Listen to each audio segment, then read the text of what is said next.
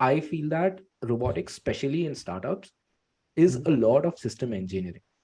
Yeah, for sure. How has it been working in startups for you? Because one of the things which you will definitely highlight, which I do too, Mhm. is you have limited resources, and where Mhm. resources like time resource, money Mhm. resource, skill resource, so you have to make do with what you have resource Mhm. wise, which requires a lot of creativity. But in general, how has your experience been working in startups? I think my gut feeling, where I have been right for a lot of cases, is that if it's a slightly established startup wherein they have a bunch of the use cases figured out, there is a revenue model, they have some semblance of product market fit, you would more often than not be in a space where your growth can be exponential.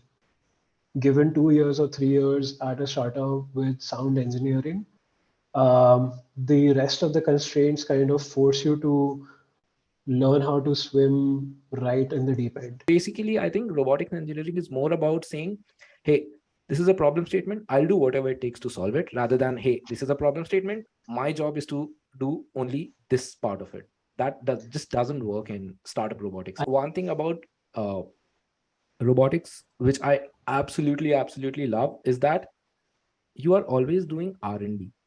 In a Mhm. product based company, the D component is super heavy. So it's not that we Mhm. can spend time in research, but you still have to do research to be able to do development. And Correct.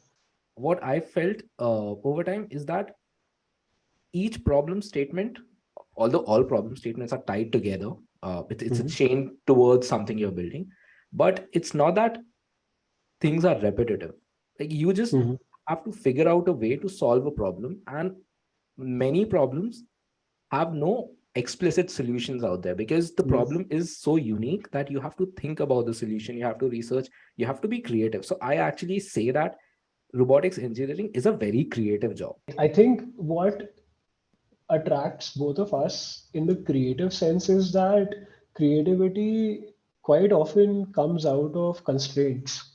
If you really want to hone your craft, for example, I am really interested in photography and I go around photo works and stuff like that. And if you have endless possibilities, then quite often you become mediocre and you don't get anything good done, or you don't really push yourself in where you are in your craft. The moment you constrain yourself, you get a lens which is 35 prime, and you have no zoom on the damn thing, and you have to physically move forward and back to kind of get the frame that you have in mind, or you shoot analog if you really are that sadist or masochist. And when you constrain yourself, you become more creative and you hone your craft and your eyes and your senses more. So similarly, all of the problems that you spoke of, right, even if the problem presents itself as, say, a software problem, and the answer to that is beyond the best algorithm, also a better sensor, you will always have a finite amount of power budget that you can put on the machine, or a finite amount of money you can throw at the problem, or a finite amount of engineering hours you can throw at the problem before you have to ship it. So there will always be those constraints at play, which will kind of force you to up your game in terms of understanding, hey, this is the best I can do in terms of optimizing these constraints for this timeline. And what is like the long term version of that? And how do I kind of look at a better plan if I had more time, more money, or all of that? So you're always thinking on both tracks. And Mhm. that ends up being a lot of fun. Right. And also, you have to consider that your short term solution should not be made in such a way that you have to start from scratch for your long term solution. Like your short Yeah, term yeah, solution has to lead to your long term solution, right? yeah, Otherwise, your short term solution will just be a bunch of patchwork, which will yeah. be useless once you start to think about scalability. I mean, there's two things to that. One is patchwork, which is written so badly that it'll definitely fail in the field the moment somebody blows at it the wrong way. And the other is that you architect a system based on your current understanding of the problem. And as your understanding gets better, you're not married to the solution.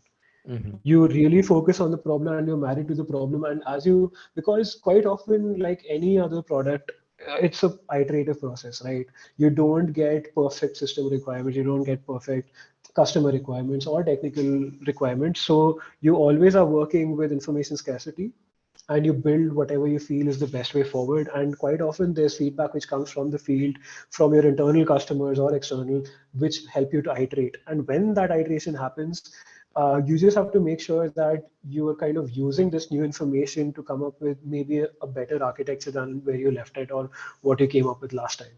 So as long as there's that push to come up with a better solution, I think it's totally fine if you end up having to go back to the drawing board, because quite often you otherwise kind of get stuck on a dead end and you have to reverse your car a bit before you can take that turn and go forward on the highway, right?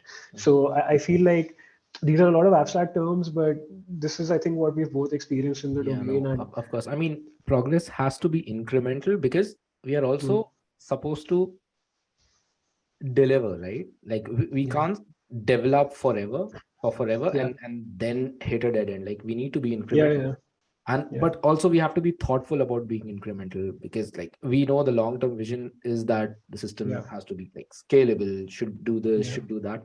And of course, it's not that you have all the pieces of the puzzle. Your yeah, requirements will change, right? yeah. So you have to like it's just a very tricky and beautiful thing. I mean, you can't really Mm. describe that process. It just happens. You have to just become better at it.